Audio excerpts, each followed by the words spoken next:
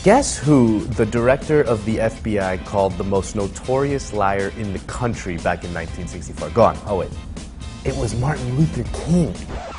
Wait, what? But everybody loves Martin Luther King. People love him so much that he even gets his own national holiday. Most know Martin Luther King for his I Have a Dream speech, but that doesn't paint the whole picture. King didn't just preach a message of anti-racism.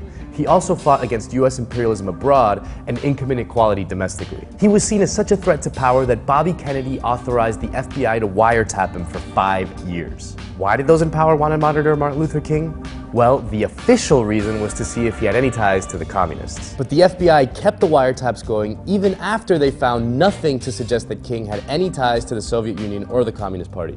Instead, the FBI focused on King's private sex life in a failed attempt to discredit his radical message. It's easy to overlook how radical Martin Luther King's message was, even by today's standards. Listen to what he said about a universal basic income. One of the answers, it seems to me, is a guaranteed annual income, a guaranteed minimum income. Universal basic income is an idea that's gaining some traction these days, but it's still on the fringes of political discourse. He also pushed other ideas that few public figures would touch today, like a redistribution of wealth. And he called the United States the greatest purveyor of violence in the world. So it's no surprise that Martin Luther King was widely hated by people in power at the time. In 1963, John F. Kennedy said this about him. The trouble with King is so hot these days. It's like moths coming into the White House. Kennedy's successor, Lyndon Johnson, reportedly had these nice words to say about Martin Luther King. I'll just let you read it because there's no way I'm saying that on camera. No, I'm not saying it. I'm not touching that. I'm not touching it. And this was the guy who signed the Civil Rights Bill and the Voting Rights Act.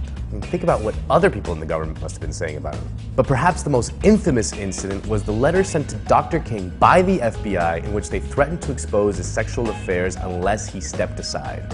The letter has some truly insane passages, such as, "Satan could not do more. What incredible evilness.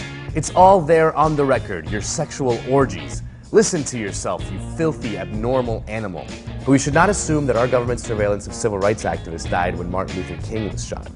The Black Panthers, the American Indian movement, and even the women's rights movement were targeted by the FBI. In fact, targeted surveillance has continued right to the present. Earlier this year, The Intercept revealed that the Department of Homeland Security was monitoring Black Lives Matter protests. And the ACLU has revealed that police departments use data from social media to track black activists. So half a century after King's death, you'll hear things like this about Black Lives Matter. All lives matter. It's not that any life matters more than another. That's the whole message I think that Dr. King tried to present. And I think you'd be appalled by the notion that we're elevating some lives above others. No, that wasn't Dr. King's whole message. We've just conveniently forgot the stuff he said that would have made guys like Mike Huckabee very, very uncomfortable. 50 years from now, conservatives will celebrate the work of Black Lives Matter.